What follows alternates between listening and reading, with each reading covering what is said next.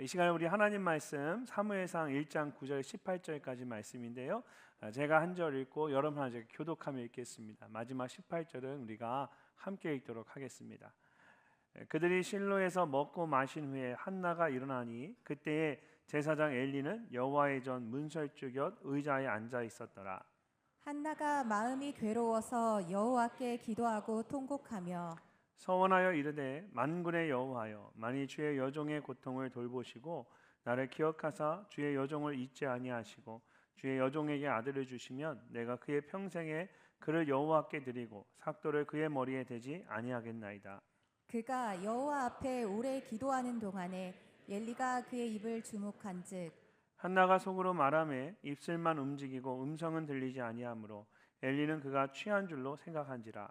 엘리가 그에게 이르되 내가 언제까지 취하여 있겠느냐 포도주를 끊으라 하니 한나가 대답하여 이르되 내 주여 그렇지 아니하니이다. 나는 마음이 슬픈 여자라.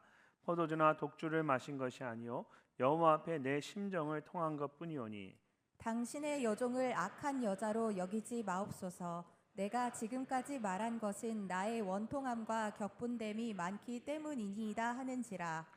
엘리가 대답하여 이르되 평안히 가라. 이스라엘 하나님이 내가 기도하여 구한 것을 허락하시기를 원하노라 하니 이르되 당신의 여종이 당신께 은혜 있기를 원하나이다 하고 가서 먹고 얼굴에 다시는 근심빛이 없더라.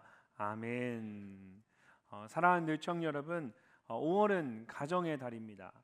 그래서 지난 주일부터 주일 오전 예배 시간에는 사무엘상에 나오는 엘가나와 한나의 가정을 통해서 하나님께서 세우시는 가정이라는 주제로 말씀을 나누고 있습니다. 그런데 오늘 늘청 예배에서는 제가 이 말씀을 조금 다르게 나누려고 합니다. 아직 많은 청년들이 자신의 가정을 이루기 전에 시간을 살아가고 있습니다. 늘청에 그래도 한두 가정은, 한두 커플은 이미 가정을 이루고 올해까지 늘청에 속해 있죠. 그러나 늘청에 있는 거의 대부분의 청년들은 아직 가정을 이루기 전입니다. 그래서 이 가정이라는 주제가 조금 멀게 느껴질 수도 있을 것 같습니다. 나는 아직 결혼도 하지 않았고 자녀도 없는데 엘가나와 한나의 가정 이야기가 나와 무슨 상관이 있을까, 이렇게 생각할 수도 있습니다. 하지만 오늘 말씀은 단지 결혼한 성도들이나 자녀를 둔 부모님들에게만 주시는 말씀이 아닙니다. 이 말씀은 하나님께서 한 사람을 어떻게 세우시는지, 그리고 그 한 사람의 기도와 또 믿음을 통해서 장차 한 가정과 또 공동체와 더 나아가서 다음 세대를 어떻게 세워 가시는지에 대해 보여주는 그런 말씀입니다. 사무엘상은 이스라엘 역사에서 가장 영적으로 어두웠던 사사 시대의 마지막을 배경으로 하고 있습니다. 모두가 자기 소견에 오른 대로 행하던 시대였습니다. 하나님의 말씀이 희귀했고 영적인 지도자였던 엘리 제사장의 집도 무너져 가고 있었습니다. 그렇다면 하나님은 그 어두운 시대를 새롭게 하기 위해서 어디에서부터 일하셨을까요? 화려한 왕궁에서 시작하지 않으셨습니다. 전쟁터에서 시작하지도 않으셨습니다. 힘 있는 사람들이나 그 가정에서 시작하지도 않으셨습니다. 놀랍게도 하나님은 한 여인의 눈물에서 시작하셨습니다. 한 사람의 기도로부터 시작하셨습니다. 한 가정의 연약함에서부터 시작하셨습니다. 바로 엘가나와 한나의 가정입니다. 사실 엘가나와 한나의 가정은 완벽한 가정이 아니었습니다.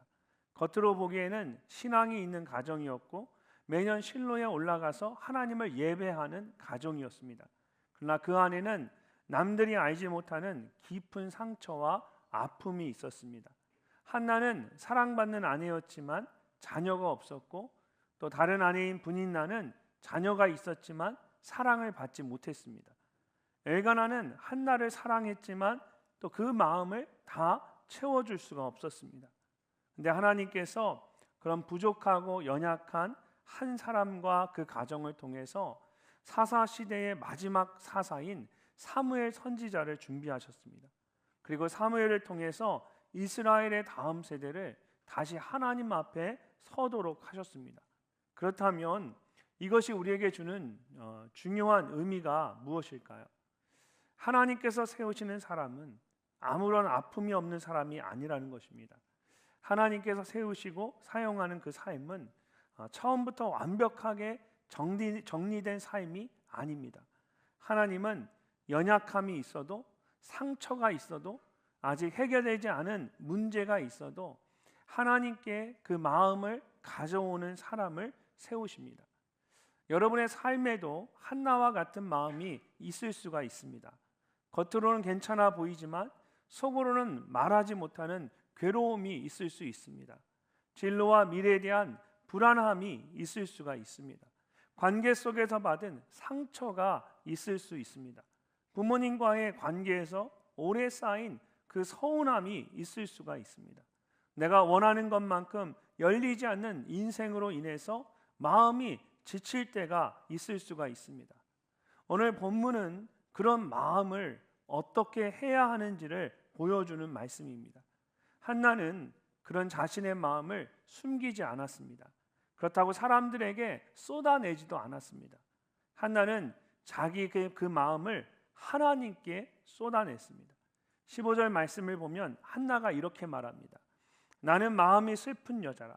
포도주나 독주를 마신 것이 아니요 여호와 앞에 내 심정을 통한 것뿐이니. 여기서 내 심정을 통한 것뿐이니 라는 말은 단순히 그냥 마음을 표현했다라는 뜻이 아닙니다. 여기에는 쏟다, 붓다라는 뜻이 들어 있습니다. 그래서 영어 성경을 보면 pouring out이라고 번역을 했습니다. pour 한다는 얘기는 마치 덤프 트럭으로 쭉 올려서 팍 부어버리는 것과 같습니다.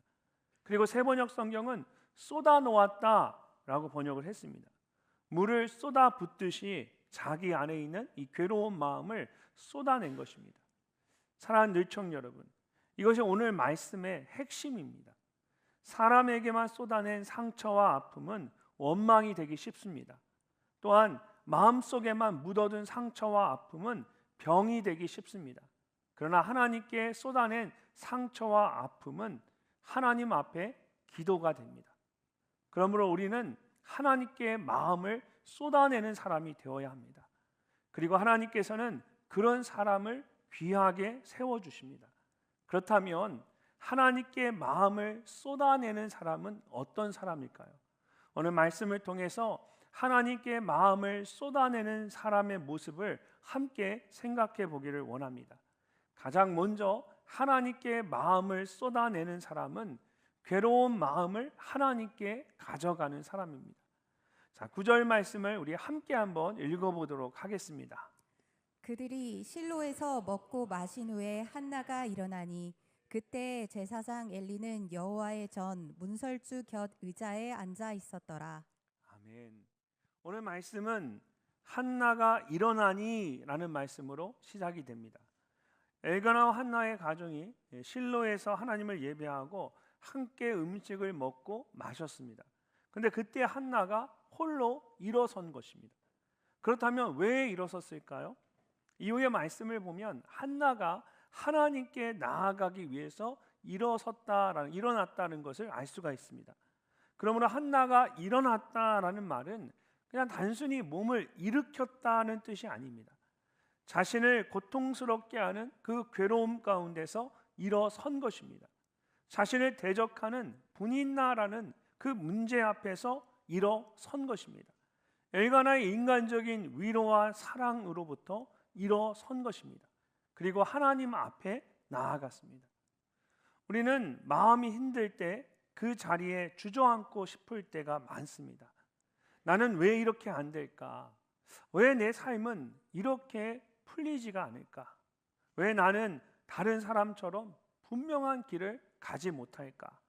이런 생각에 마음이 묶일 때가 있습니다. 근데 믿음은 이런 모든 문제가 해결된 후에 움직이는 것이 아닙니다. 그 가운데서, 그 문제 가운데 또 괴로움 가운데서 영적으로 힘을 내어서 하나님께 일어나는 것입니다. 한나가 일어나니라는 말씀에는 그런 영적인 의미가 담겨져 있습니다.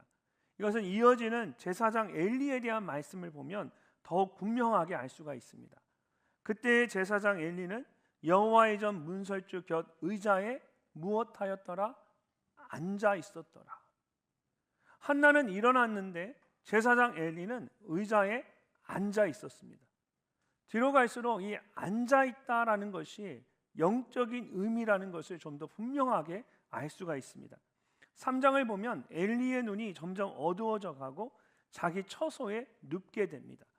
그리고 4장에서는 그가 앉아있던 그 의자에서 넘어지고 결국 목이 부러져서 죽고 맙니다. 한나는 일어나서 하나님 앞에 나아갔습니다. 그리고 기도했습니다. 반면에 엘리는 의자에 앉아 있었습니다. 눈이 어두워졌고 자리에 누웠습니다. 그리고 결국 의자에서 넘어지면서 죽고 말았습니다. 이것이 무엇을 의미하겠습니까? 힘들어도 우리는 영적으로 일어서야 합니다. 우리가 가장 먼저 해야 할 일은 그 괴로움 가운데 주저앉아 있는 것이 아니라 일어서는 것입니다. 성소 앞에 있을지라도 그냥 가만히 앉아 있으면 영적으로 점점 어두워지고 결국에는 넘어져서 죽고 맙니다. 그러므로 아무리 괴롭고 고통스러워도 우리는 어떻게 해서든 그 자리에서 일어서야 합니다. 영적으로 일어서야만 하나님 앞에 나아갈 수 있고 기도할 수가 있습니다. 10절 말씀을 보면 성경이 이렇게 말씀합니다. 한나가 마음이 괴로워서 여호와께 기도하고 통곡하며. 한나의 마음이 너무나 괴로웠습니다. 이것은 단순히 기분이 상했다라는 뜻이 아닙니다. 괴로워서라고 번역된 이 히브리어 단어의 원래 뜻은 쓰다입니다. 쓰다. 출애굽기 15장을 보면 이집트에서 나온 이스라엘 백성들이 홍해를 건너서 처음으로 물을 발견했는데 너무 써서 도저히 마실 수가 없었습니다. 그래서 그곳의 이름을 마라라고 했는데, 여러분 방금 읽은 말씀에서 한나의 마음이 괴로워서라고 말할 때 이 단어를 사용했습니다. 자녀를 갖지 못하는 상황이나 부인나의 괴롭힘으로 인해서 단순히 한나의 마음이 상하거나 화가 났다라는 것을 말하는 것이 아닙니다. 그런 일들이 오랫동안 계속해서 지속되고 반복되면서 이제는 정말 인생 자체가 한나의 마음 가운데 막 쓰라리게 느껴지는 겁니다. 우리가 생명의 삶을 통해서 지난 한 주 동안 묵상했던 룻기에 나오는 나오미의 삶이 그와 같았습니다. 나오미는 남편을 잃고 두 아들을 잃고 모든 것을 잃은 채 고향 베들레헴으로 돌아옵니다. 사람들이 너무 반가워서 정말 내가 나오미냐라고 말하자 나오미가 이렇게 대답을 합니다. 나를 나오미라고 부르지 말고 나를 마라라고 부르라. 자기의 인생이 너무 쓰다라는 겁니다. 내 인생이 너무 쓰라리다고 말하는 겁니다. 근데 한나의 마음도 그랬습니다. 그녀의 삶이 도저히 마실 수 없는 마라의 물처럼 썼습니다. 분인나의 말이 썼고 자녀가 없는 그 현실이 썼습니다. 매년 반복되는 상처와 아픔이 너무나도 쓰라렸습니다. 때로는 여러분의 인생도 이렇게 쓰게 느껴질 때가 있을 겁니다. 열심히 준비했는데 길이 열리지 않을 때, 누군가의 한마디가 마음 깊이 박힐 때, 부모님의 기대가 부담으로 느껴질 때, 친구들의 소식에 나만 뒤처진 것처럼 느껴질 때, 관계가 깨어지고 마음이 무너질 때, 나의 인생이 너무나 쓰게만 느껴질 수 있습니다. 근데 그 괴롭고 쓴 인생 가운데 한나는 놀라운 모습을 보여줍니다. 10절 말씀을 보면, 다시 한번 보면, 한나가 마음이 괴로워서 여호와께 기도하고 통곡하며 라고 말합니다. 그 마음이 너무나 괴로웠습니다. 그래서 통곡하며 울 수밖에 없었습니다. 근데 그 괴로움과 통곡 사이에 지금 무엇이 있습니까? 여호와께 기도하고 기도가 있었습니다. 한나는 자신의 이 괴로움을 해결해 주실 수 있는 분이 누구인지를 알고 있었습니다. 그래서 괴로움 가운데 그냥 통곡하며 원망하지 않았습니다. 단순히 통곡하며 또한 괴로워하거나 절망하지 않았습니다. 괴로움 가운데 하나님 앞에 나아갔습니다. 그리고 기도하며 통곡했습니다. 우리도 마음이 괴로울 때가 있습니다. 진로의 문제 때문에 마음이 답답할 때가 있습니다. 사람들과의 관계 속에서 받은 그 말 한마디가 오랫동안 남을 때가 있습니다. 부모님이나 가족과의 관계 속에서 오래된 상처가 자꾸 올라올 때가 있습니다. 기도해도 변하지 않는 그 현실 때문에 속이 답답할 때가 있습니다. 그럴 때 우리는 보통 세 가지 방식으로 반응을 합니다. 첫 번째는 그냥 묻어두는 것입니다. 그리고는 아무렇지 않은 척, 괜찮은 척 이렇게 행동을 합니다. 그러나 마음속에 묻어둔 그 상처는 그냥 사라지지 않습니다. 언젠가는 반드시 어떤 다른 모양으로 터져나오게 되어 있습니다. 두 번째는 사람에게 쏟아내는 것입니다. 친구에게 쏟아내고, 부모님에게 쏟아내고, 공동체에 있는 사람들에게 쏟아내고, 때로는 SNS에 쏟아내기도 합니다. 물론 누군가에게 마음을 나누는 것은 필요합니다. 그러나 하나님 없이 사람에게만 쏟아내면 그 말이 결국은 원망이 되고 또 다른 상처가 될 수밖에 없습니다. 세 번째는 하나님께 가져가는 것입니다. 오늘 말씀에서 한나가 그렇게 했습니다. 도저히 마실 수 없는 쓴물과 같은 그 괴로운 마음을 하나님 앞에 가져갔습니다. 그리고 기도로 쏟아냈습니다. 시편 62편을 보면 다윗이 모든 담이 무너지는 것 같고 사방에서 적들이 일제히 공격하는 것 같은 그 괴로움 가운데 이렇게 고백했습니다. 백성들아, 시시로 그를 의지하고 그의 앞에 마음을 토하라. 하나님은 우리의 피난처시로다. 아멘.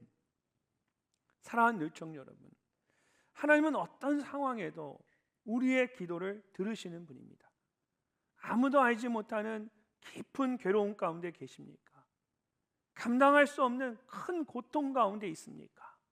그렇다면 이제 그 자리에서 영적으로 일어서십시오. 그리고 하나님 앞에 나아가서 여러분의 그 마음을 쏟아내십시오. 쓰디쓴 괴로움이 여러분의 기도가 되게 하십시오. 하나님께서 그 기도를 들으시고 응답하실 줄로 믿습니다. 한나처럼 괴로운 그 마음을 하나님 앞에 가져가는 여러분이 되시기를 주님의 이름으로 축복합니다. 두 번째로 하나님께 마음을 쏟아내는 사람은 간절한 마음을 하나님께 맡기는 사람입니다.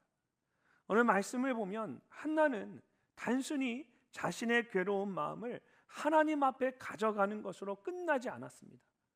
자신의 그 간절한 마음을 하나님께 맡겼습니다. 11절 말씀을 함께 읽어보도록 하겠습니다.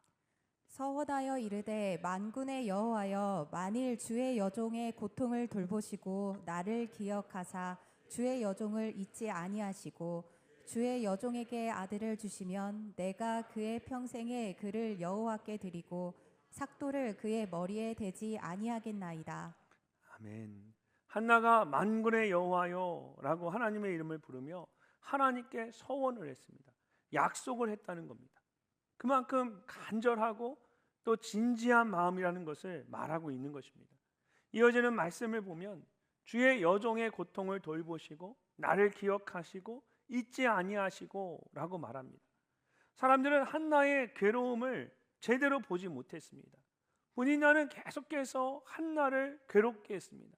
엘가나는 한나를 사랑했지만 그 깊은 마음을 다 헤아리지 못했습니다. 그래서 더 간절한 마음으로 한나가 하나님께 기도를 합니다. 하나님, 나를 살펴주십시오. 나를 기억해 주십시오. 나를 잊지 말아 주십시오. 이런 한나의 간절함은 방금 읽은 말씀을 보면 주의 여종이라는 말을 3번이나 반복해서 사용하는 것을 통해서도 알 수가 있습니다. 종에게는 아무런 권한이 없습니다. 모든 것은 주인에게 달려 있습니다. 그러므로 스스로를 주의 여종이라고 계속해서 말하는 것은 자신에게는 구하는 것을 받을 권한이 없고 오직 하나님께만 있음을 겸손하게 고백하는 겁니다. 하나님, 저는 주의 여종일 뿐입니다. 모든 것이 주님께 달려 있습니다. 그렇기 때문에 하나님께서 저를 돌봐 주셔야만 합니다. 저를 잊지 않고 기억해 주셔야만 합니다. 사랑하는 늘청 여러분, 이것이 기도하는 사람이 가져야 할 가장 기본적인 태도입니다. 기도는 내가 원하는 것을 주장하는 자리가 아닙니다.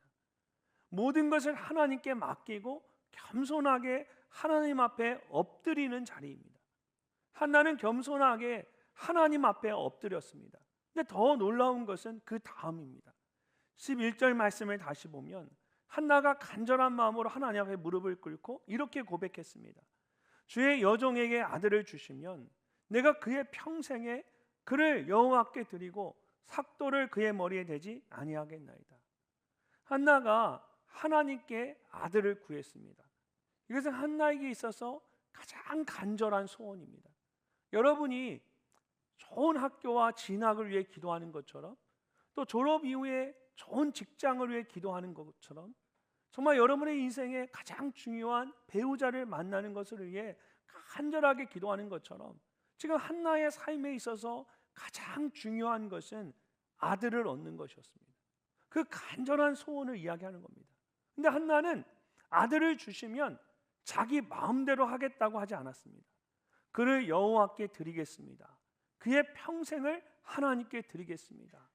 그의 머리에 삭도를 대지 않겠습니다 라고 했습니다. 이것이 무슨 뜻일까요? 그를 하나님께 드리겠다는 것과 그의 머리에 삭도를 대지 않겠다는 것은 구약의 율법에 따르면 나실인에 대한, 구별하여 하나님께 드려지는 사람에 대한 그런 율법의 내용들입니다. 근데 그런 복잡한 내용 떠나서 지금 한나가 무슨 말을 하고 있는 겁니까? 머리에 삭도를 대지 않겠다는 것은 나실인인 제도에 대한 말을 이기기 전에 그 머리를 자기 마음대로 하지 않겠다라는 겁니다. 결국 내 마음대로 하지 않겠다는 겁니다. 하나님, 아들을 주십시오. 그러면 그 아들을 제 뜻대로 하지 않겠습니다. 하나님께 온전히 드리겠습니다. 하나님의 뜻대로 하십시오. 이 말입니다. 여러분, 이것이 진정한 기도의 모습입니다. 기도는 내가 원하는 것을 하나님께 받아내는 수단이 아닙니다. 기도는 내가 간절히 원하는 그것을 하나님의 뜻 안에 맡기는 자리입니다. 한나는 누구보다 아들을 원했습니다. 그리고 그런 간절한 마음을 억지로 하나님 앞에서 숨기지는 않았습니다. 그러나 그것을 또 자기의 것으로 붙들지도 않았습니다. 오히려 하나님께 다 맡겼습니다. 그의 간절한 마음이 하나님을 향한 전적인 헌신이 된 것입니다. 여러분의 삶에도 이렇게 간절히 원하는 어떤 것이 있을 것입니다. 진로를 향한 간절함이 있습니다. 취업과 사역의 길을 향한 간절함이 있습니다. 관계의 회복을 향한 간절함이 있습니다. 믿음이 무너지지 않기를 바라는 그런 간절함이 있을 수 있습니다. 부모님과 가정의 회복을 향한 간절함이 있습니다. 언젠가 세워질 자신의 가정이 하나님 안에서 세워지기를 바라는 간절함도 있을 것입니다. 하나님께서는 우리가 그런 간절한 마음을 말하지 못하게 하시는 분이 아닙니다. 하나님 앞에서 솔직하게 우리가 그것을 구할 수가 있습니다. 하나님, 제 삶을 인도해 주십시오. 하나님, 이 길을 열어 주십시오. 하나님, 제 마음을 회복시켜 주십시오. 하나님, 제 믿음을 붙들어 주십시오. 근데 참된 기도는 여기서 한 걸음 더 나아가야 합니다. 하나님, 내 뜻대로만 하지 마시고 하나님의 뜻대로 하십시오. 하나님, 제가 간절히 원하는 이것조차도 하나님께 맡깁니다. 하나님, 제 미래도 하나님의 것입니다. 하나님, 제 관계도 하나님의 것입니다.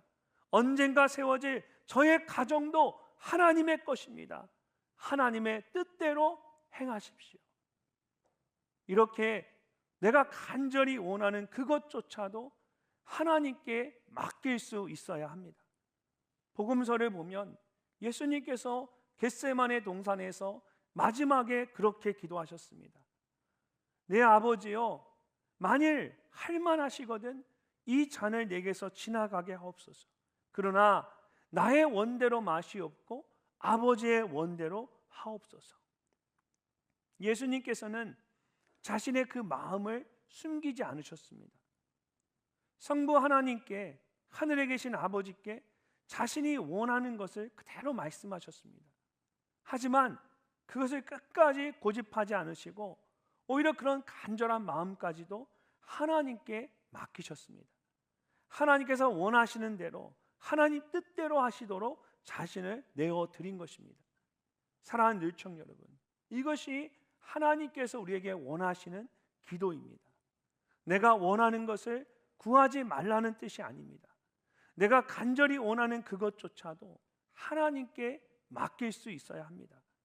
한나가 그런 간절한 기도를 하나님께 드리고 있었습니다. 근데 엘리는 한나의 입만 보고는 술에 취했다라고 생각했습니다. 그러자 한나가 이렇게 말합니다.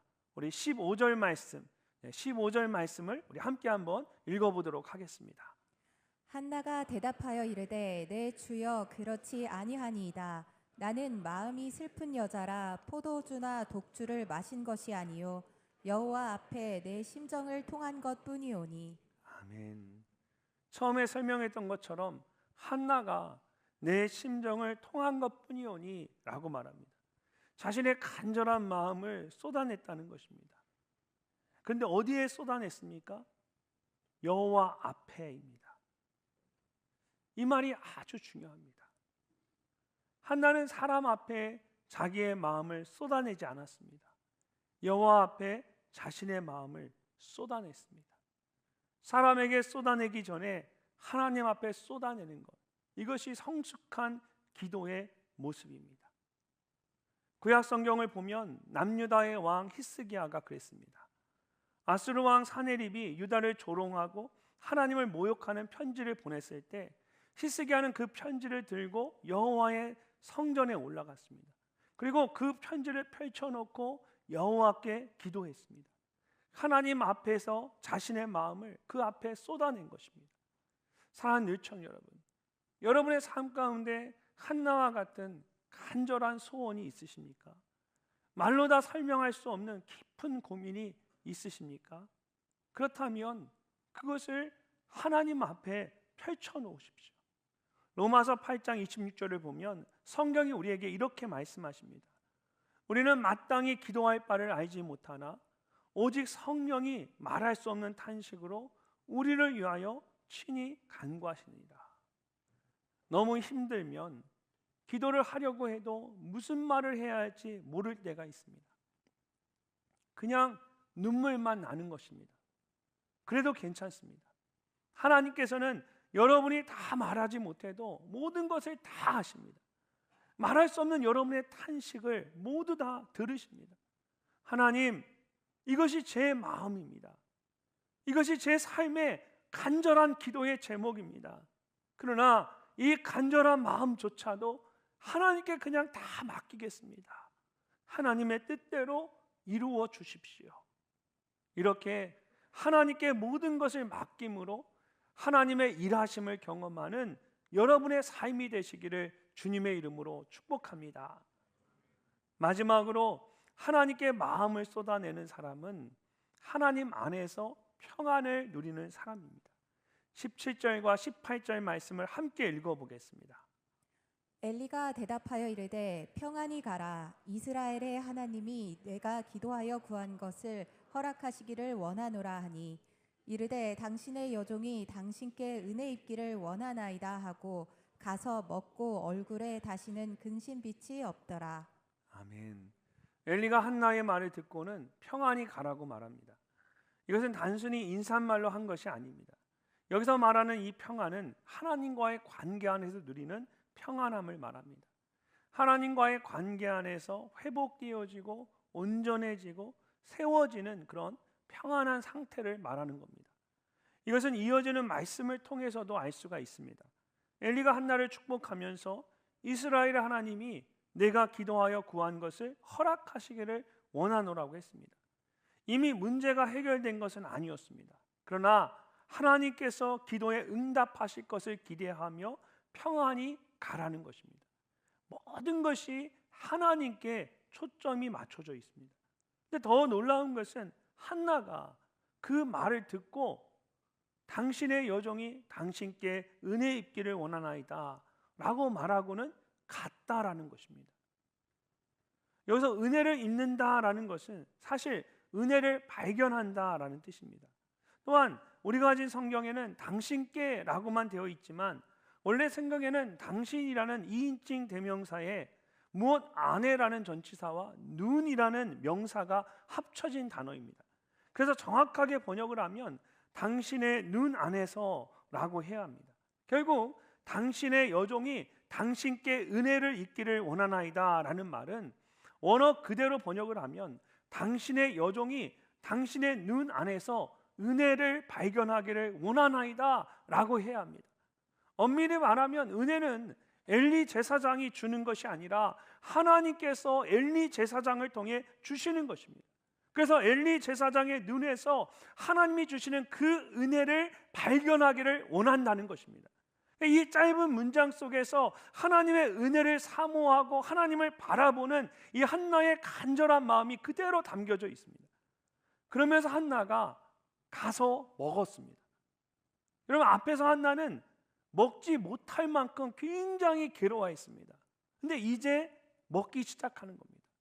그리고 그 얼굴에 근심빛이 사라졌습니다. 한나의 마음이 회복된 겁니다. 평안히 가라는 그 말씀처럼 하나님과의 관계 안에서 그 마음이 평안을 누리게 되었습니다. 사랑하는 늘청 여러분, 이것이 기도의 첫 시작입니다. 상황은 그대로이지만 마음에 평안함이 있는 것입니다. 문제는 그대로인데 더 이상 마음이 무너지지가 않는 겁니다. 현실은 그대로인데 다시 먹을 수 있는 힘이 생기는 겁니다. 아직 아무것도 보이지 않는데 하나님이 들으셨다라는 믿음과 확신이 내 안에 샘솟는 겁니다. 이것이 기도가 주는 평안함입니다. 우리는 기도의 응답을 주로 상황이 바뀌는 것으로 생각합니다. 눈에 보이는 어떤 가시적인 변화나 결과를 기대합니다. 물론 하나님께서는 불가능해 보이는 그 상황을 바꾸십니다. 굳게 닫힌 문을 여시고 묶인 문제를 풀어주십니다. 그러나 때로는 이렇게 뭔가를 하시기 전에 우리의 마음을 만지시고 바꾸십니다. 바울과 실라가 감옥에 갇혔을 때를 생각해 보십시오. 그들의 발이 쇠사슬에 묶여 있었습니다. 온몸은 매를 맞았고 감옥문은 굳게 닫혀 있었습니다. 근데 그 한밤중에 그들이 무엇을 했습니까? 큰 소리로 기도하고 하나님을 찬양했습니다. 감옥에서 기도했다고 해서 그들의 상황이 갑자기 바뀐 것이 아니었습니다. 대신 그들의 마음이 하나님 안에서 먼저 세워졌습니다. 큰 소리로 하나님을 찬양하게 된 겁니다. 그런 다음에 하나님께서 그들을 묶고 있는 쇠사슬을 푸시고 굳게 닫힌 감옥문을 여셨습니다. 오늘 말씀에서 한나도 마찬가지입니다. 간절한 마음으로 기도했지만 그 순간에 모든 순간이 갑자기 바뀌고 상황이 바뀌고 문제가 해결된 것은 아니었습니다. 그러나 하나님께서 그의 마음을 평안하게 하셨습니다. 상황이 바뀌고 문제가 해결되기 전에 먼저 하나님께서 한나의 마음을 만져주시고 세워주신 것입니다. 그래서 18절 말씀을 다시 한번 보면 은혜 있기를 원하냐 하고 나서 가서 먹고 얼굴에 다시는 근심빛이 없더라 라고 말합니다. 한나는 그냥 기도하고 평안히 가라는 그 말 한마디에 돌아가서 다 잊어버리고 편하게 먹고 그리고 하나님의 때를 기다린 겁니다. 얼마나 놀라운 일입니까? 사랑하는 늘청 여러분, 간절한 마음으로 기도한 후에도 문제가 즉시 해결되지 않을 수가 있습니다. 진로의 문제가 하루아침에 풀리지 않을 수 있습니다. 관계의 오래된 상처가 단번에 사라지지 않을 수가 있습니다. 부모와 자녀 사이의 그 간격이 쉽게 좁혀지지 않을 수 있습니다. 마음에 있는 이 우울감이나 불안함이 곧바로 사라지지 않을 수도 있습니다. 그러나 하나님께 마음을 쏟아낸 사람은 그 괴로움 가운데서도 다시 일어날 수가 있습니다. 하나님께 모든 것을 맡긴 사람은 평안한 가운데 다시 먹을 수가 있습니다. 하나님께 간절한 마음으로 기도한 사람은 다시 그 얼굴을 들 수가 있습니다. 그래서 빌립보서 4장 6절과 7절을 보면 바울이 우리에게 이렇게 말합니다.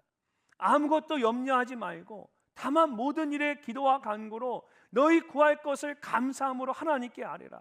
그리하면 모든 지각에 뛰어난 하나님의 평강이 그리스도 예수 안에서 너희의 마음과 생각을 지키시니라. 아멘. 하나님께 간구하면 가장 먼저 우리에게 어떤 일이 일어납니까? 하나님의 평강이 우리의 마음과 생각을 지키십니다. 이처럼 기도는 문제를 해결하기 전에 먼저 우리의 마음을 붙잡아 줍니다. 하나님 안에서 평안을 누리게 하는 것입니다. 사랑하는 일청 여러분, 아직 여러분의 삶에 있는 문제가 해결되지 않은 것 같습니까? 아무 응답도 보이지 않는 것 같으십니까? 한나는 아직 사무엘을 얻지 못했지만 하나님 안에서 먼저 평안을 얻었습니다. 여러분의 인생에 정말 필요한 것이 무엇입니까?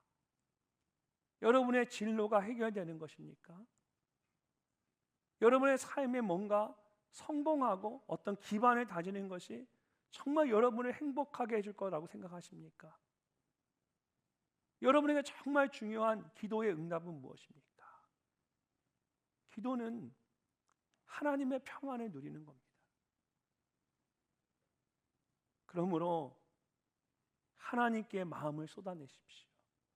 하나님께 그 마음을 쏟아내므로 하늘의 평안을 누리는 여러분이 되시기를 주님의 이름으로 축복합니다. 제가 미국에서 목회를 할 때 정말 모든 것을 포기하고 싶을 정도로 힘든 순간이 있었습니다. 근데 그때 하나님께서 제 마음 가운데 모든 지킬 만한 것 중에 더욱 내 마음을 지키라는 말씀을 주셨습니다. 그래서 그 말씀을 붙잡고 하나님 앞에 나갔습니다. 그리고 한나처럼 제 마음을 하나님 앞에 간절한 기도로 쏟아냈습니다. 그러면서 하나님께서 주시는 그 평안을 누릴 수가 있었습니다. 여러분의 삶 가운데도 한나가 느꼈던 쓰라린 상처와 아픔이 있을 것입니다. 또한 한나처럼 간절히 원하는 그런 소원이 있을 것입니다. 여러분, 아픈 사람이 아프다고 말하고 간절히 원하는 사람이 정말 원한다라고 하는 것은 그건 절대 나쁜 것이 아닙니다. 그것을 사람에게 말하거나 마음에 묻어두지는 마십시오. 한나처럼 하나님 앞에 나아가십시오. 괴로운 마음을 하나님께 가져가고 간절한 그 마음을 하나님께 그냥 맡기십시오. 그러면 하나님께서 여러분의 마음 가운데 평안함을 주실 것입니다. 또한 그렇게 하나님께 마음을 쏟아낼 때 하나님께서 여러분의 삶을 지켜주시고 믿음의 사람으로 세워가십니다. 그리고 장차 여러분이 세워갈 그 가정과 공동체와 다음 세대까지 귀하게 세워주실 것입니다. 이번 한 주간도 하나님께 마음을 쏟아내는 우리 늘청이 모든 청년들 되시기를 주님의 이름으로 축복합니다.